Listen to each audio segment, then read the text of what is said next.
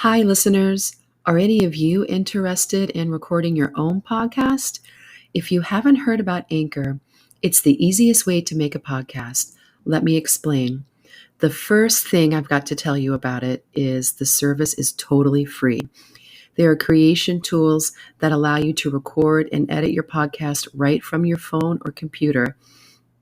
They have transitions and music to make it sound more interesting, give it some mood. So if you are interested in recording your own podcast, please give Anchor a try.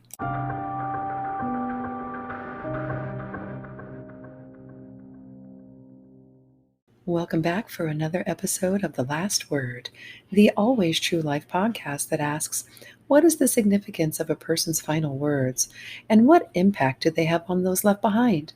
I am your creator and host, Sarah Faith. You can find me on Facebook at Sarah Faith Larson and on Twitter at Sarah Loves Words. You can find my social media and blog links in the show notes. When you click subscribe and give that shiny 5-star rating, it helps the show in the algorithm. Thanks for joining me for a new season of The Last Word, where I focus on bizarre encounters with our fellow humans. I am starting with horrific and cringy dating stories in this episode. Swipe right to enter the terrifying realm of modern dating. I won't call this a how-to, more of a never ever should you. I'll share expert opinions behind the social ritual we call dating. I've saved the last word for a Reddit user who shares a painfully candid account of his life-altering date. If you've ever had a bad date, you can relate to these disastrous encounters. Some will have you rejoicing that you declined that invitation to party with someone you just met on Tinder. As an added bonus, I've hidden a personal, creepy dating story in this episode, but I'll let you guess which one it is. If you have a creepy dating story or something you'd like to share, send it to me and I might use it in the podcast. Visit the Facebook fan page and vote for your favorite Undateable story from this episode. You can find that and all my links in the show notes. Stay tuned.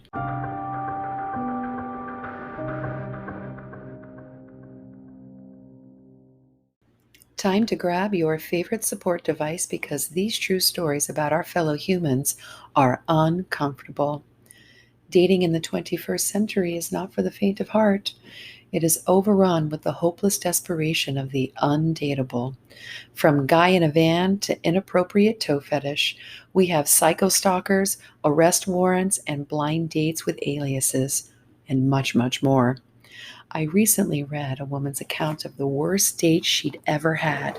She met a man from a dating app. One night they meet at a bar in their hometown of New York City.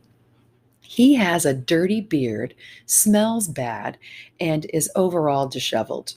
He launches into a Chris Farley style speech.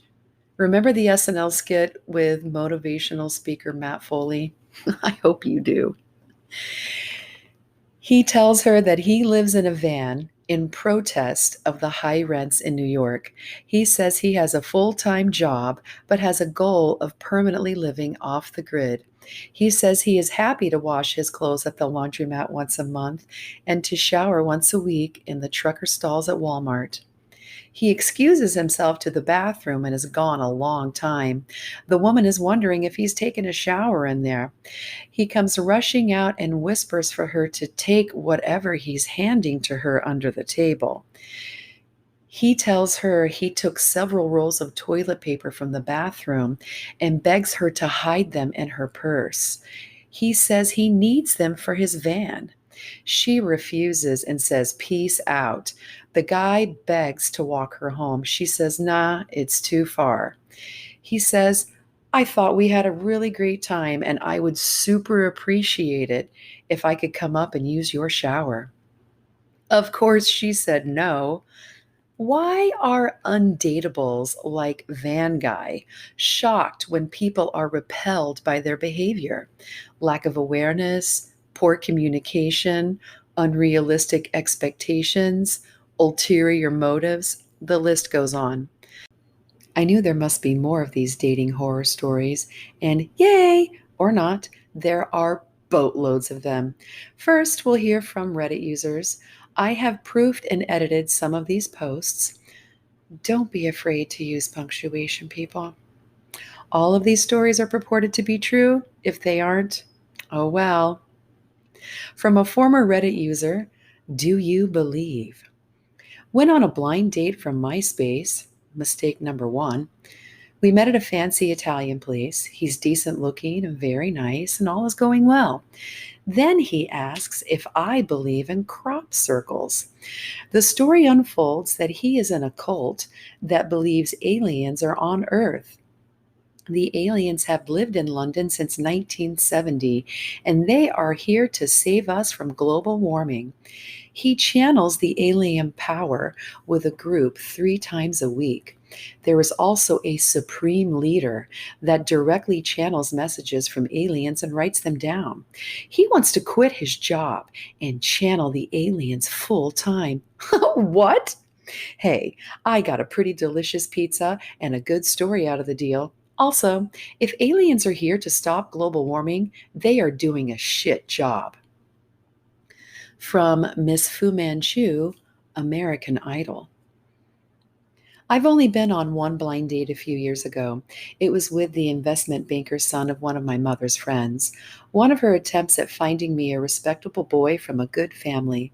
So that night, he calls to ask if I could pick him up instead because his car's broken down. I thought, no problem, and asked where he lived. He was staying at a buddy's place an hour from me. Ugh, still, no problem, I thought. I get dressed in my cutest little black dress, and I look pretty good. I pick up the guy, and he's not at all bad. A little on the short side, but he has a cute face and seems fit. We go to the restaurant and order. He gets a few drinks into him, and we have a conversation about jobs and stuff, blah, blah, blah. Then we come to who we admire. His answer? Patrick Bateman from American Psycho. Just, without all the killing and stuff. He said he admired the character and aspired to live that kind of life. Without the killing, of course. Ding, ding, ding. Alarm bells going off in my head. So I tried changing the subject by mentioning his fraternity and that we have mutual friends because we went to the same university. He proceeds to tell me that, yeah, all his friends were just vehicles for him to get ahead in life and that he didn't really like any of them. Okay. Then comes the check. He has forgotten his wallet, so I have to pay. Awesome. By now, I'm just looking for this night to be over, but no, things have to get more fun. On the way back to the garage, we pass by an alley and he leans in and whispers into my ear. You're hot, and I want to take you behind that pile of garbage. Then he licks my ear. What? I tell him the night is over. I gave him some money and told him to take public transportation home. I called my friends and we went out to a bar to drink the experience away. Needless to say, I was jumpy for a few days, expecting an axe to come out from around a corner at any moment. This little piggy from Felix Felices. I was set up on a blind date by a coworker. Things went okay, good conversation. He seemed nice. My coworker and her boyfriend double dated with us for moral support. We went back to the coworker's house after dinner to watch a movie. That's when things got weird. My coworker and her boyfriend left the room to give us some alone time. Immediately, my date tried to kiss me, one of those tongue hanging out approaches.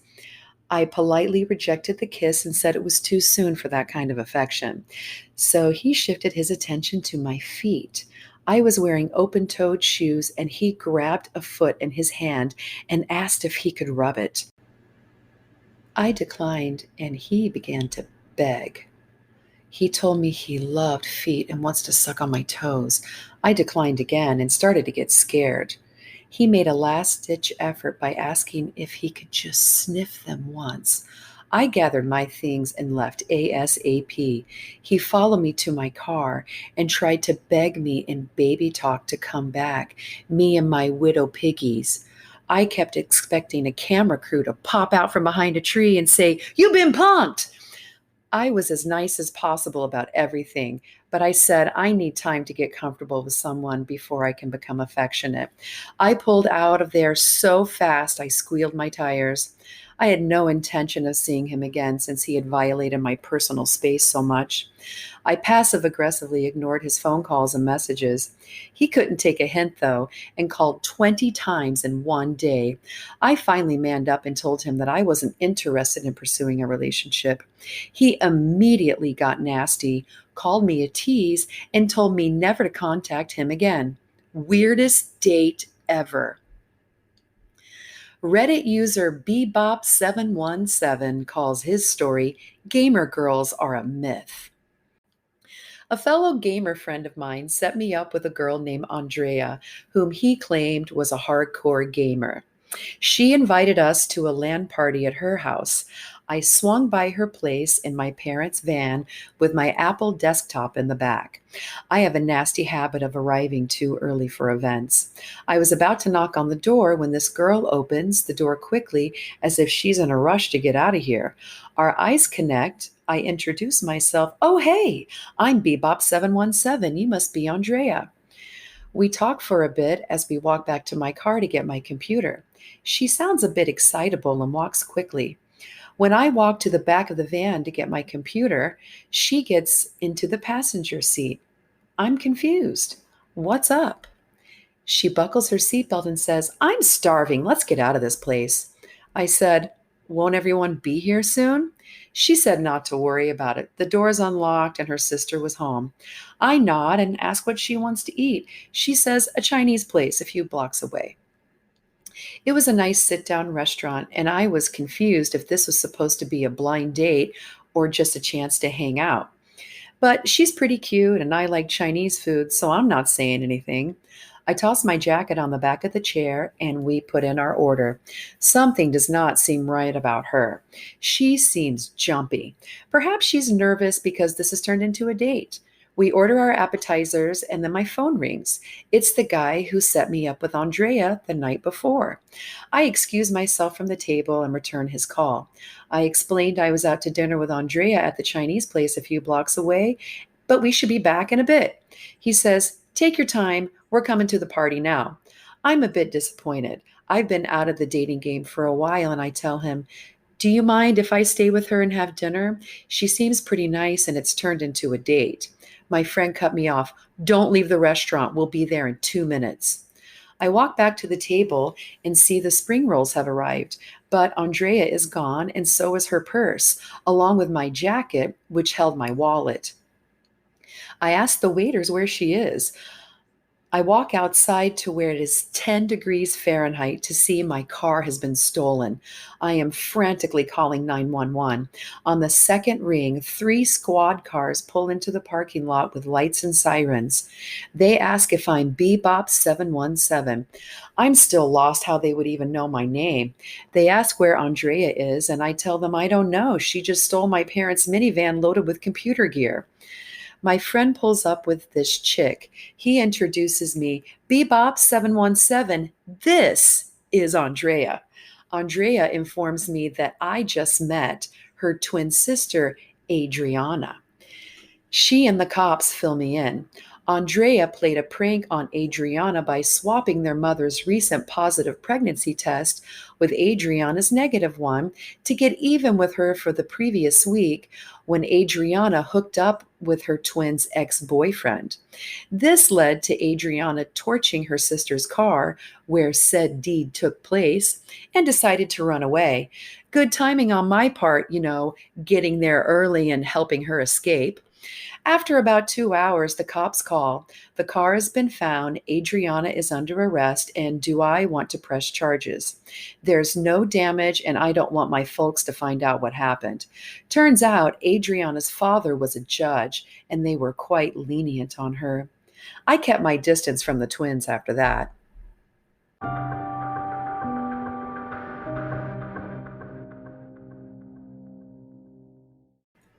From a former Redditor, I call this one Sweaty Guy. About 9 years ago, I was bored and unsure where to meet new people after I ended a 4 year relationship, so I gave online dating a try. It seemed like a great idea.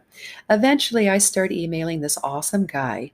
His messages are laced with genuine wit and charm. He's good looking, smart, well educated, and he makes me laugh. Everything seems fantastic. Eventually, we meet at a coffee shop. He looks even better than his photo. Score! He has a great smile and is as tall as he said he was. Everything was super amazing great. As we sit at the coffee shop, we make small talk, and I notice he is starting to sweat. Not a little nervous sweat, but I just ran a freaking marathon sweat. I ask him, "Have you just worked out?" He spends the next hour detailing all of his mental health and medical problems, including his glandular problems, explosive temper, anxiety, and jealousy. He looks around nervously and mentions that his ex has a restraining order against him and that he's afraid she just walked by the coffee shop. He asked me to meet him a few blocks away so he doesn't get arrested. I gathered up my bag, walked to my car, and drove away without even a goodbye. Thanks, Match.com. All right, everybody. Let's take a moment to consult the experts on dating and human behavior.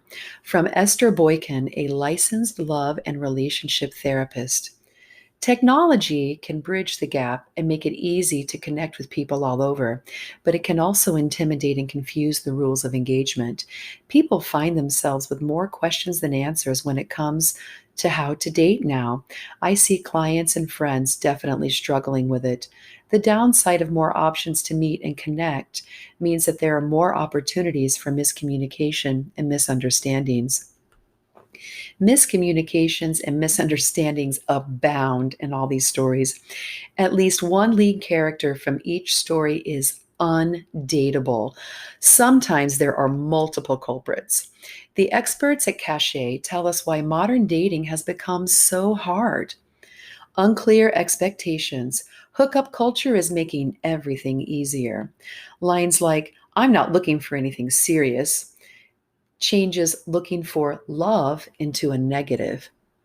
We don't understand our emotions or how to deal with them. Because of past hurts, we avoid commitment under the pretext of not being ready. The experts recommend being open with yourself as a major step to emotional growth. It is common for people to move on instead of experiencing growth. We have been blinded by fictitious perfect love. The high expectation we have created is making dating harder because we look for what's wrong with someone instead of focusing on what's right. Safety. Women are aware of the dangers associated with meeting someone online, and this has a negative impact on the dating experience. When we come back, more dating horror stories and life hacks to navigate the world of dating. Stay tuned.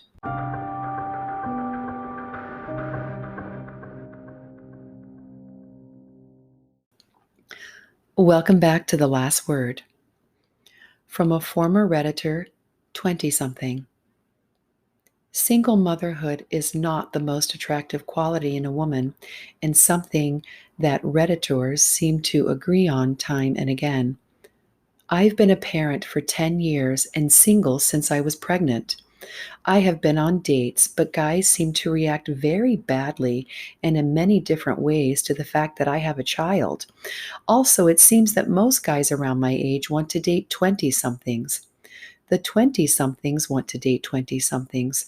Even the 40 somethings want to date 20 somethings. I feel trapped in the weeds of the dating pool.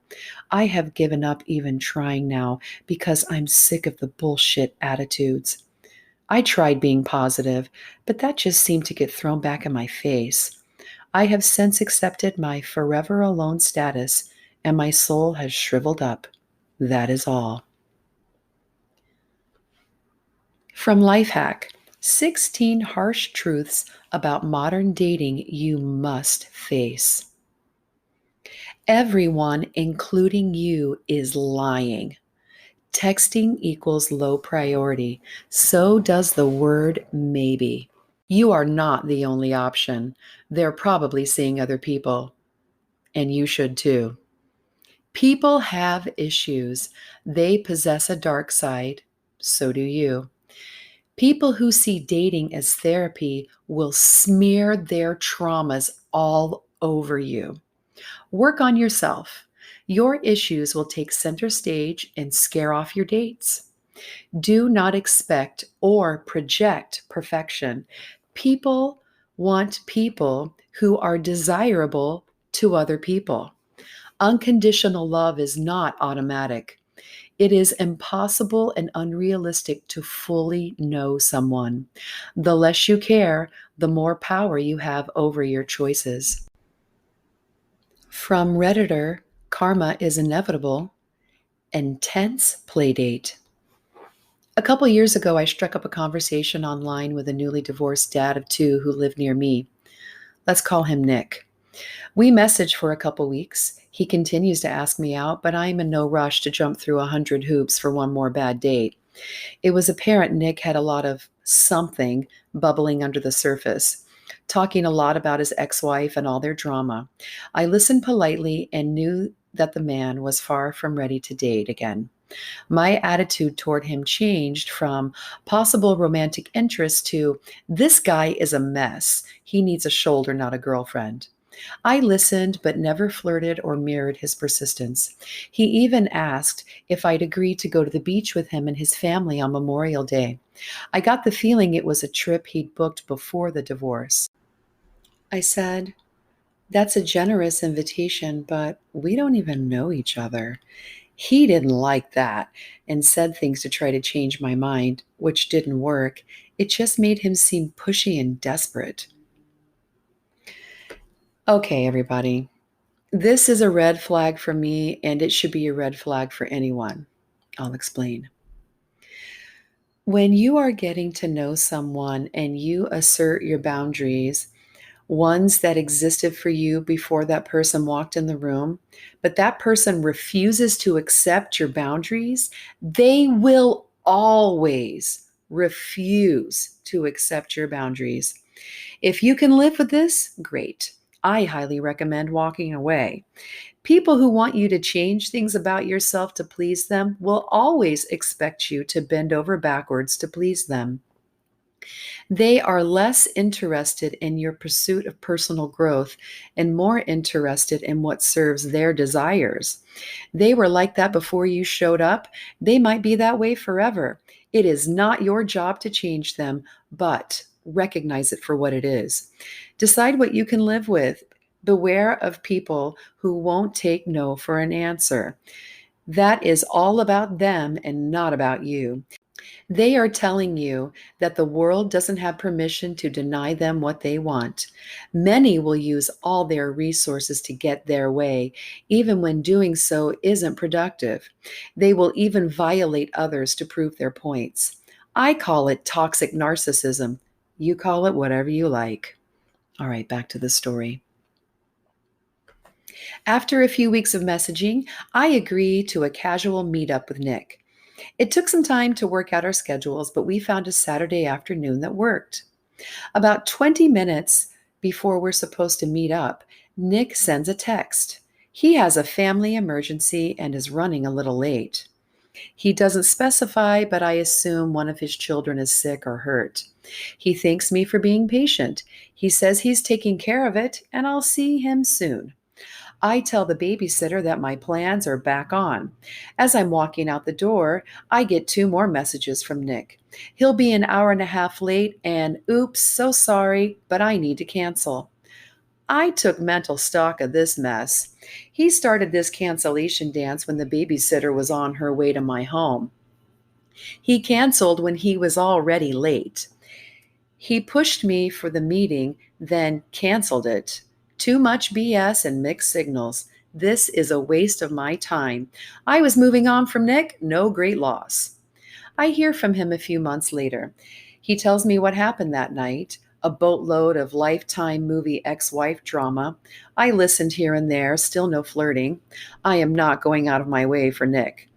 He asks if he can make it up to me. He invites my daughter and I to join him and his kids for a play date, neutral and fun.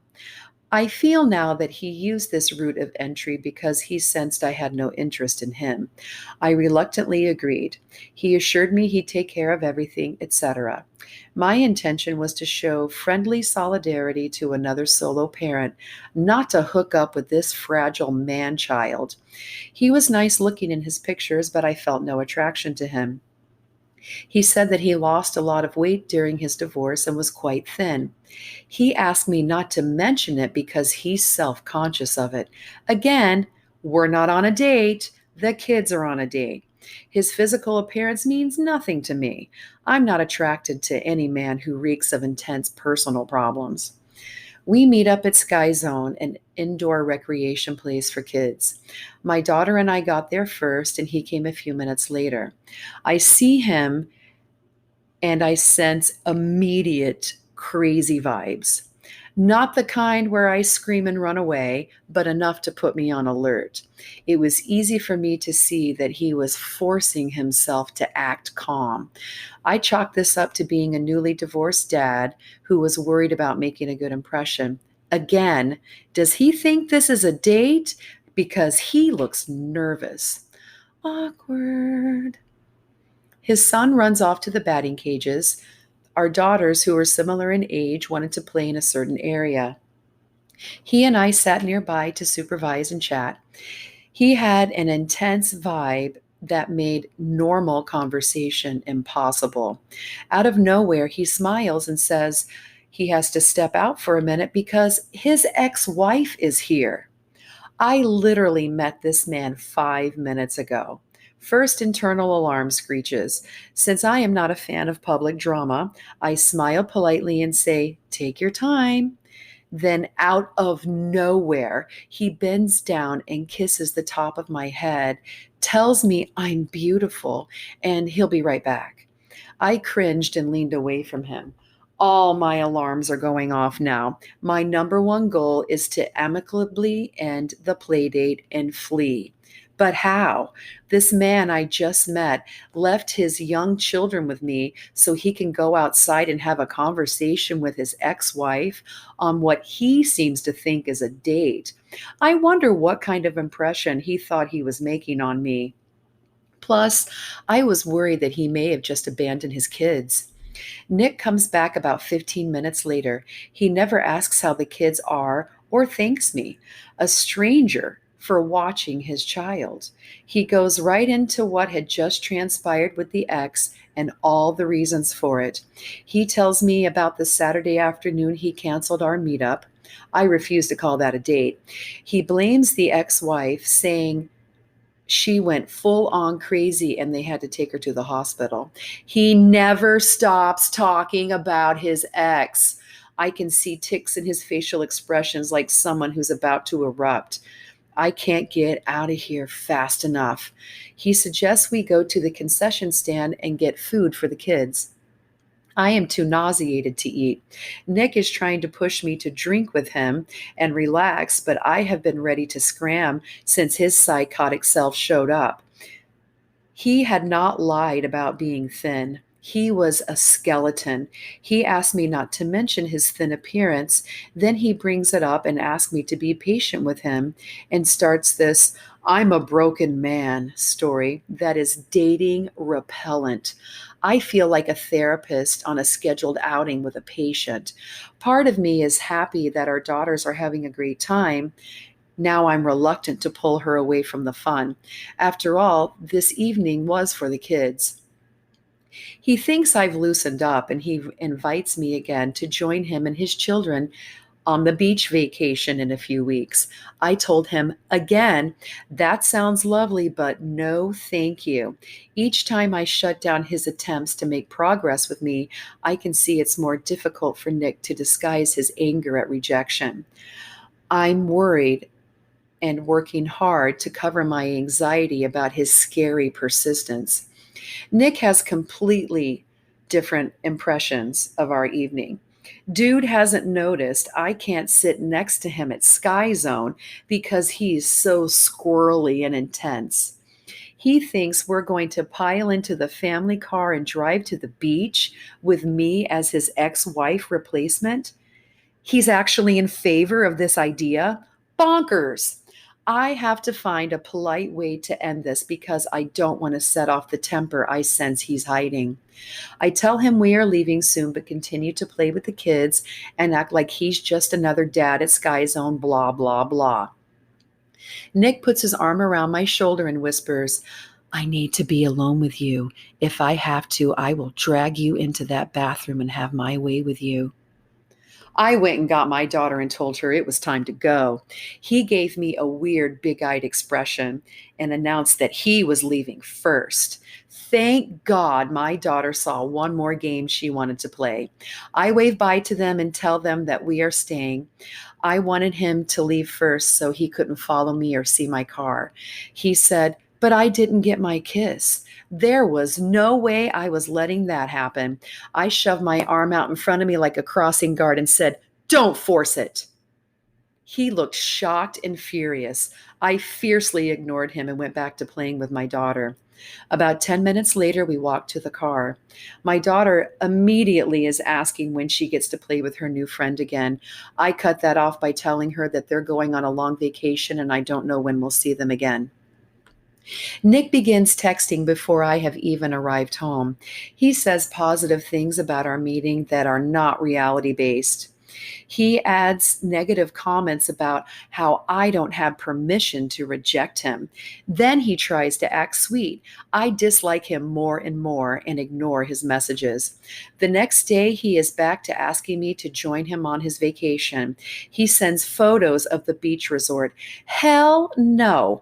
I told him that I am glad the children had fun playing, but I would not be seeing him again. Best of luck. He went nuts. He swore at me and called me names for rejecting him because he was skinny. Those were his words.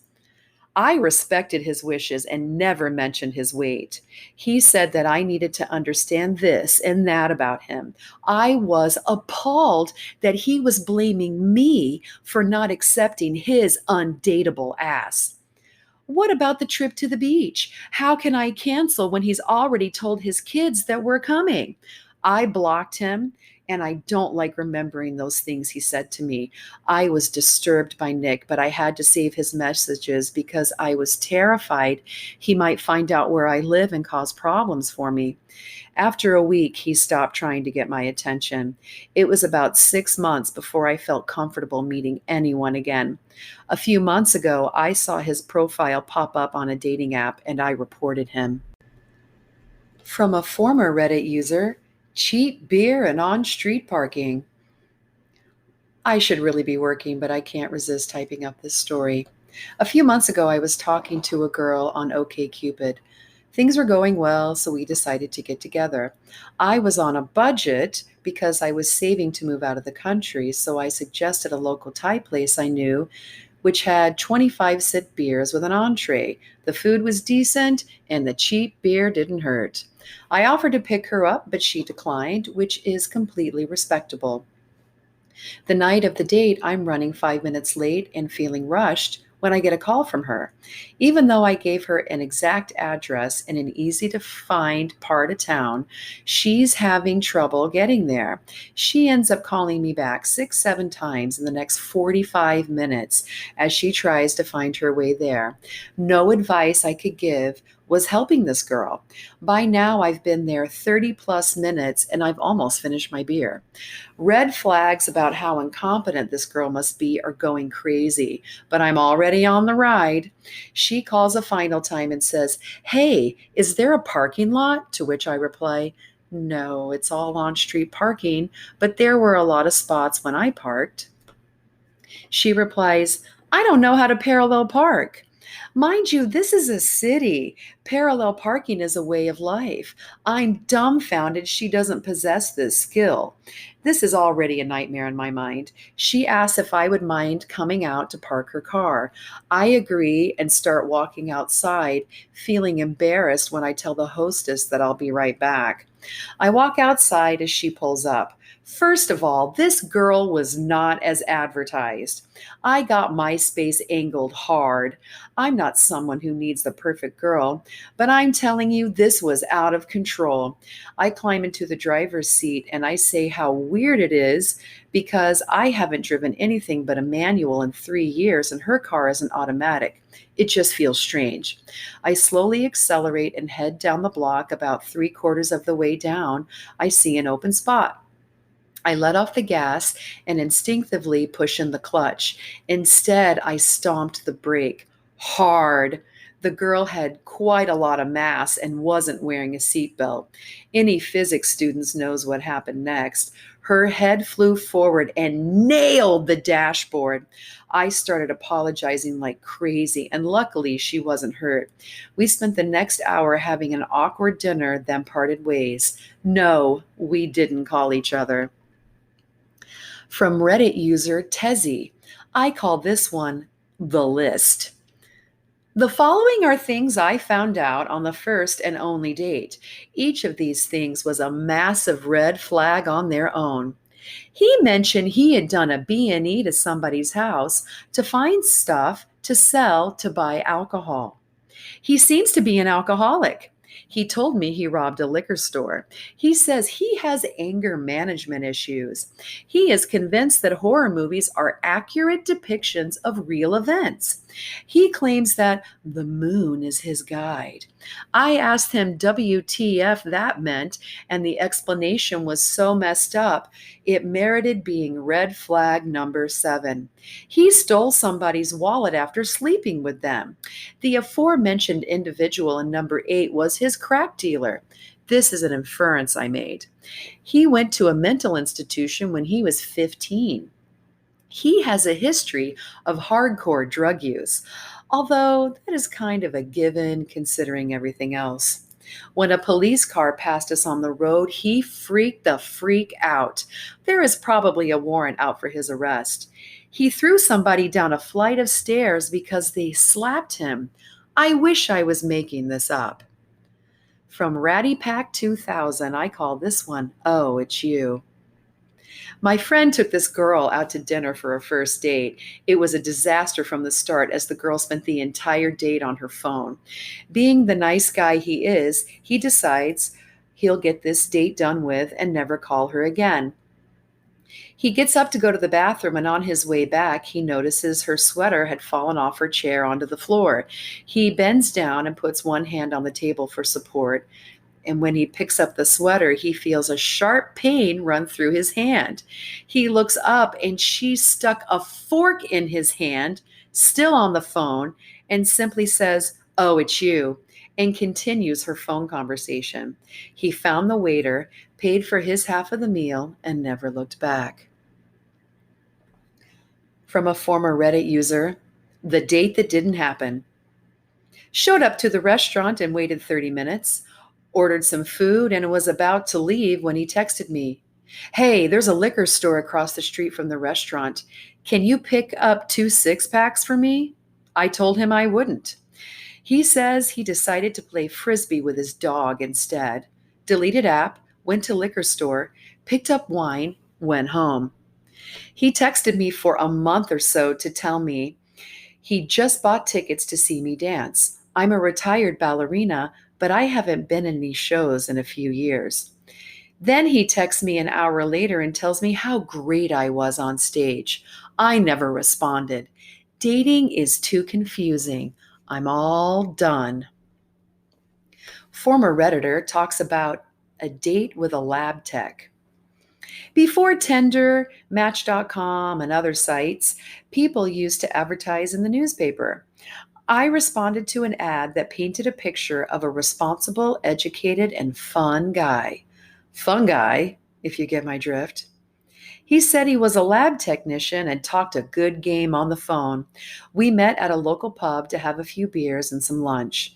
At first glance, he looked nice enough, but when he smiled, it looked as if he had baby teeth that had never fallen out. Never a quitter, I decided to inquire about his interests and his work.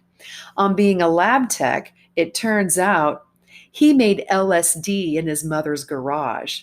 This is where I excused myself to go to the bathroom and made a beeline for my car. I wonder if he's still sitting there. I call this one Overboard from Catalogs for Days. I met a woman on Tinder. Everything was fine until after the date ended.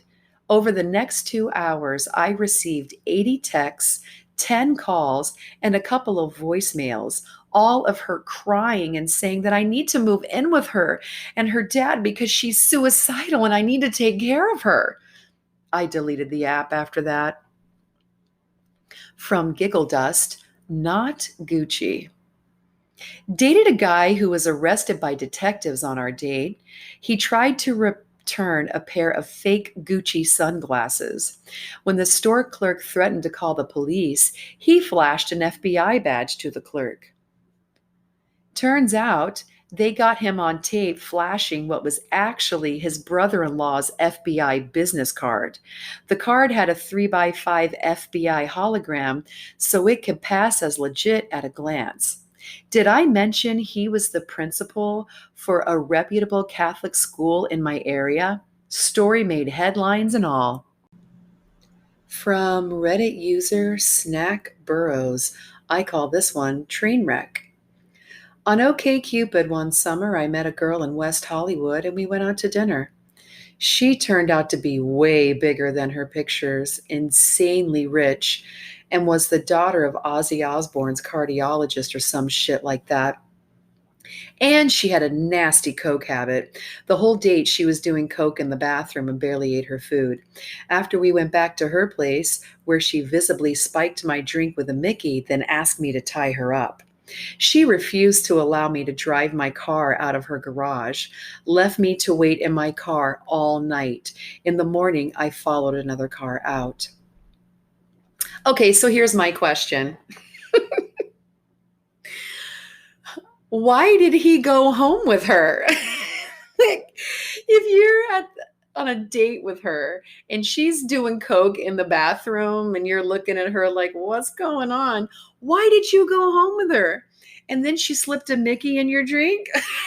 Like, call the police. Okay, next story.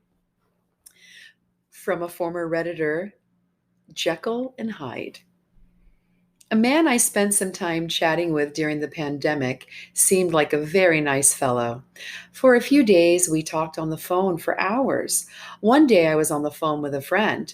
When I hung up, I noticed he called me 10 times and left violent messages, calling me a slut, saying he knew I was a bad person, but he had fallen in love with me in just a few days, and kind of apologized. But I said, this behavior is unacceptable and I'm done with you.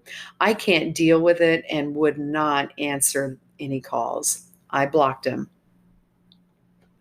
Then he used different prepaid phones that I'd have to block each time. He texted either threats or loving messages, putting all the blame on me, of course. When I wouldn't respond, he'd freak out, going back and forth between saying he'll beat me up until no one will recognize me and, you're the love of my life. I had to keep the voice messages and texts for the police. I couldn't change my phone number because I used it for work all the time, and I also needed it as evidence. It was torture. He lied, saying he knew where I lived. He was very graphic with his threats. I didn't stay at my place for a while, had to quit my job because it was in my building.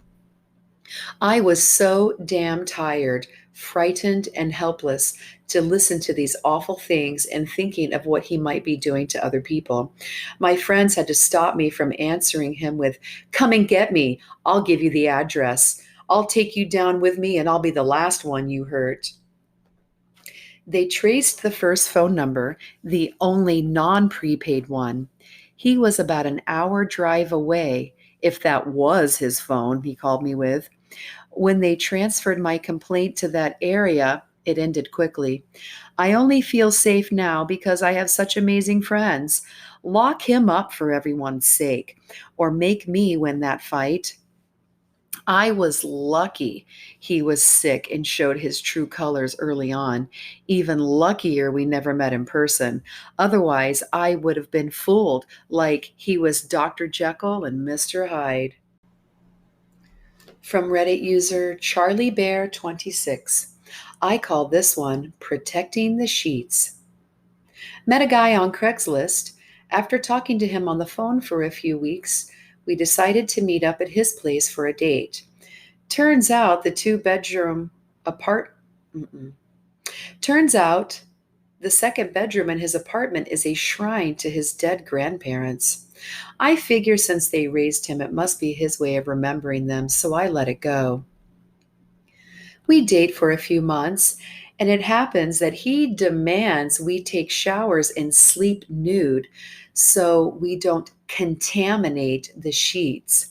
I got out of bed for a glass of water one night and ended up getting yelled at for 30 minutes about how I brought germs from the living room into the bedroom. The whole relationship was like something out of the Twilight Zone. We broke up shortly after that because he demanded my mother sign a notarized letter saying she will respect his wishes and not meet him. The scariest thing about it was he was an NYPD officer. Not exactly who I want out there protecting the sheets or the streets. From a former Reddit user, I call this one Buckle Up. I was a kitchen manager and a head cook who was called to a table one night. It was one of those, we want to meet the chef things. I put on a new chef coat and go out to the farthest reaches of the dining room, where earlier in the night we all noticed that the people there had asked for the lights to be turned down. As I'm going there, one of my server friends says quietly, "Buckle up for that." I get to the table and greet a very well dressed college kid, no older than 20, who is not drinking or eating and is sweating profusely while sitting straight up in his seat like a mannequin. Then I look at his date. She was probably in her 50s or 60s, painfully thin, tan, sagging skin, too much neon pink lipstick circling busted up yellow gray teeth. She's got an empty bottle of wine in front of her and a ton of hoop bracelets. She's grinning at the guy, and in a split second, I could see she was using her foot under the table to rub the guy's crotch. I exchanged some pleasantries with them for a moment.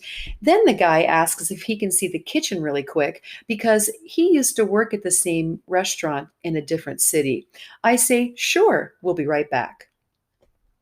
As soon as we're out of earshot, he says that his friends had set him up on a blind date and that the woman is obviously a prostitute. He was terrified, like hostage situation terrified. I told him I'll let him out the back door through the kitchen. He fled. I haven't seen anyone power walk to their car like that in my life. Funny thing was, the lady he was with paid for both meals and left a large tip. Anyone else wonder what happened when this poor guy confronted his buddies? We may never know. From Redditor, silliest monkey, stuck in the middle with you. I was on a plane flying from Abu Dhabi to New York City, and the hottest guy sat next to me. We were in business class in the two middle seats. We started talking, and it quickly became a great first date once we established that we were both single. We totally connected, and I got really excited since we had a lot in common until he mentioned he thinks women shouldn't work and he wants kids immediately. I was 25 and had just started my own company, and kids were not on my mind. My attraction to him came to a sudden halt. I politely tried to watch a movie. He kept tapping my shoulder to ask questions. Annoyed, I tried to go to sleep, only to wake up to him fully spooning me with his arm around my waist. I got up and went to the back of the plane to ask the flight attendant if I could change seats, but she said the plane was full. I went back to my seat for the remaining 10 hours of the flight. It was awful. From Redditor, J Mad. Check, please. I'm a bartender, witnessed a Tinder date. Convo started somewhere with, "I have 7 panther tattoos. I just feel I really identify with the panther." Somewhere after that, he spotted my tattoo of some molecular structures and asked what they were. I explained, and he said, I'm more of an anatomy man myself. Wink. Heard a snippet of, all my past infidelities were never my fault. All the girls seduced me. I'm a man who just can't say no. The date ended when he asked the woman what she would do if she broke her leg while mowing the lawn. The poor lady just looked at me with the most defeated expression on her face and said, "We're ready for the check." Our last word tonight comes from Redditor JamCat55. His story, I Got What I Deserved, is a painful and candid look at what happens when two undateable people hook up. I saved it for the end because it shows accountability as well as hope for others. He says, I am not proud of the decisions I made at this point in my life. I feel the need to explain a few things. When this happened, I was 26 and living with my parents. My father had lost his job, my mother had broken her leg, and my grandmother was fighting cancer. The whole family came together to help each other and get through. I moved back home from the town where I was taking university classes. I took a full-time job at a pharmacy and just turned into a workhorse, 60 hours a week on my feet. I had just gotten out of a bad relationship and was extremely lonely. I felt cooped up in my parents' house. After a few months of all this depressing stuff, I decided to get online and see if I couldn't find someone to have a little happiness with. I met a girl on OkCupid who looked gorgeous in her pictures. We sent messages back and forth, and I found her to be interesting. We agreed to meet, and it turned out she was just a few months shy of 21. That meant no going to bars or drinking with dinner, and drinks are a must. So I agreed to pick up some booze and bring them to her place. I get myself cleaned up, haircut, clean the car, go grocery shopping, print directions to her place, and then get on the road.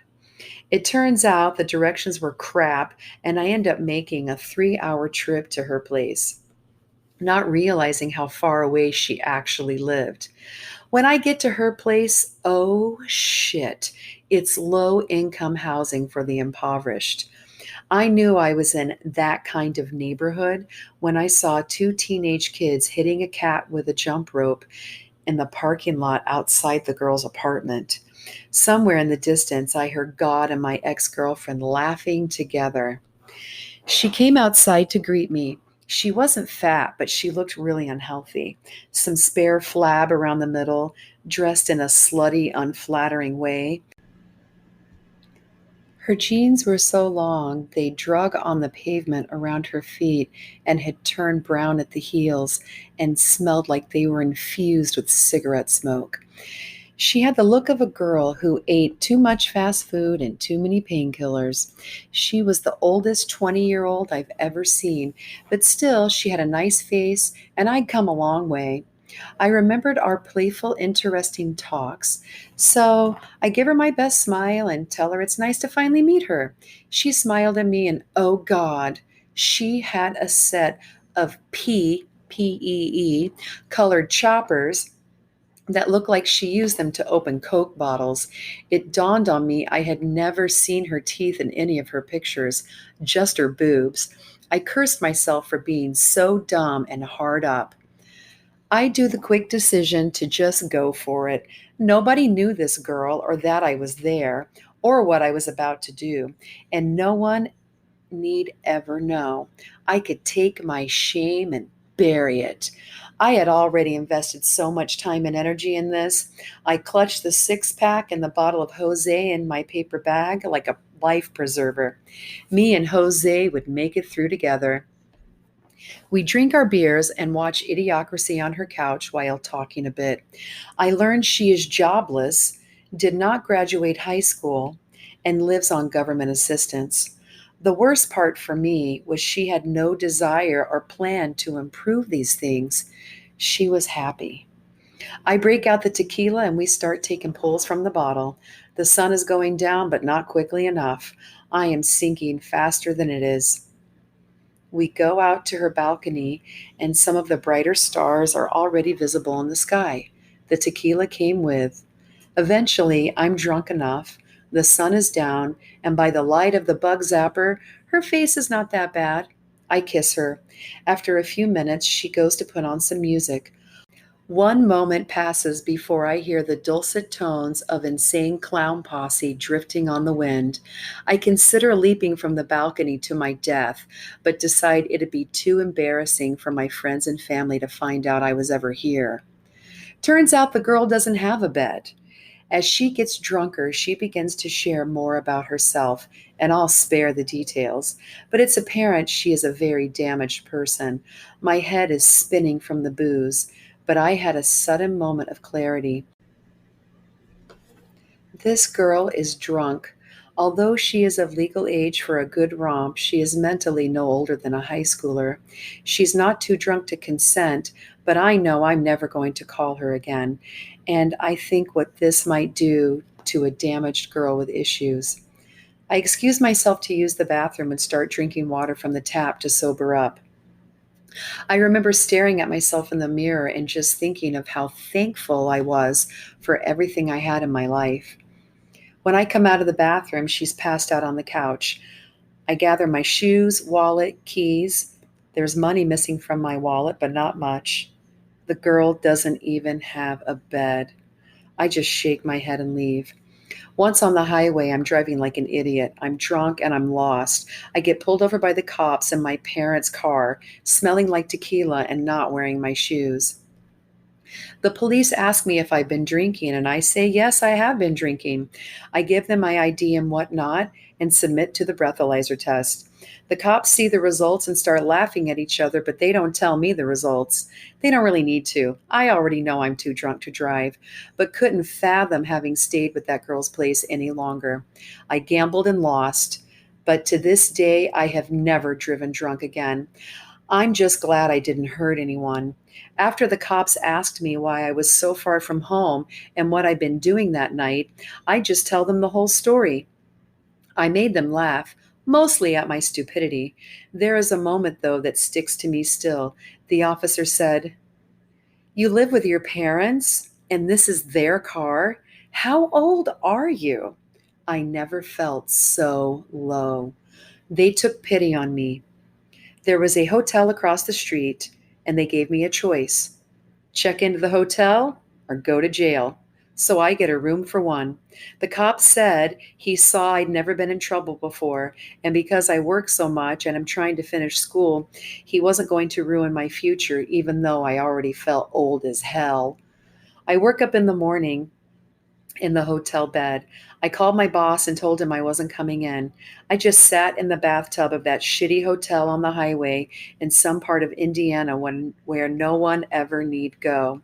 I thought about everything I'd done, the risks I'd taken, how I could have hurt someone, how lucky I was, how bad I felt for that girl, how grateful I was to those cops. I thought about the kind of person I wanted to be from then on. I thought so much, I booked that room for another night and just stayed there, thinking some more. I don't know why I've typed all of this, if it's relevant, if anyone will even read it. I don't know what the point is really, only that I feel shame and this is cathartic. I'll try to say something meaningful though and wrap it up. I was a man drowning in family problems, work problems, and personal problems of loneliness and academic failure, unsure of where to go in life, and just so unbelievably exhausted from working myself to the bone and seeing no meaningful gains in life. I thought about finding a woman who would help me fix myself, so I got online. To find a woman, I painted myself in the best possible light by misrepresenting who I was and what I was about. I omitted my problems. I was an iceberg with a polished 10% shining above the water and a heap of shit underneath. I met my match and I got what I deserved. I think this is, in essence, what all online dating is. People who can't function in everyday life, so they hide behind the screen, putting through the net tubes only the parts about themselves they know others will like, or only the lies they think they can get away with. If you are lonely and you think you are absolutely in need of finding someone so you can be happy, that's the impression I get from so many people I met online, then chances are there are other things in life bringing you down besides being alone. Work on those things first. Knock them out so you can be truly happy on your own. Then finding someone will be easier. It will happen naturally, and it will be a beautiful thing when it happens. After I checked out of that hotel, I turned my life around and met a wonderful woman, and we are very much in love and will probably get married soon. I'm grateful for that, but it would not have been possible if I hadn't confronted my own shit. If I had kept hiding behind the screen, misrepresenting myself in the hope of getting some here and there with strangers, I'd probably have ended up in that shitty motel bathtub again, considering opening up a vein to let out all that regret. In parting, love yourself, love your neighbor. Do not meet your neighbor's wife on Match.com and try to love her. Thanks again for listening to The Last Word. I'm the creator and host, Sarah Faith. If someone you know has a creepy story about someone they've encountered on the web, send it in and maybe I'll use it in an episode. Later this season, I'll discuss the deaths of two women in Australia and the legal precedents that followed. I'll also profile the serial online dater at the center of one of the women's deaths. I'll explore the murders of two real estate agents and the high risk of personal crimes associated with that profession. I'll share stories from real people about their disturbing and unforgettable experiences on the deep web. Finally, I'll discuss how the rise of the internet has facilitated a wide range of crimes. I'll leave you with this quote from Miles Monroe. It is the same thing with dating. The time you are most prepared for dating is when you don't need anyone to complete you, fulfill you, or instill you with a sense of worth or purpose. Until next time, remember to be kind to each other. Every day is another shot at greatness.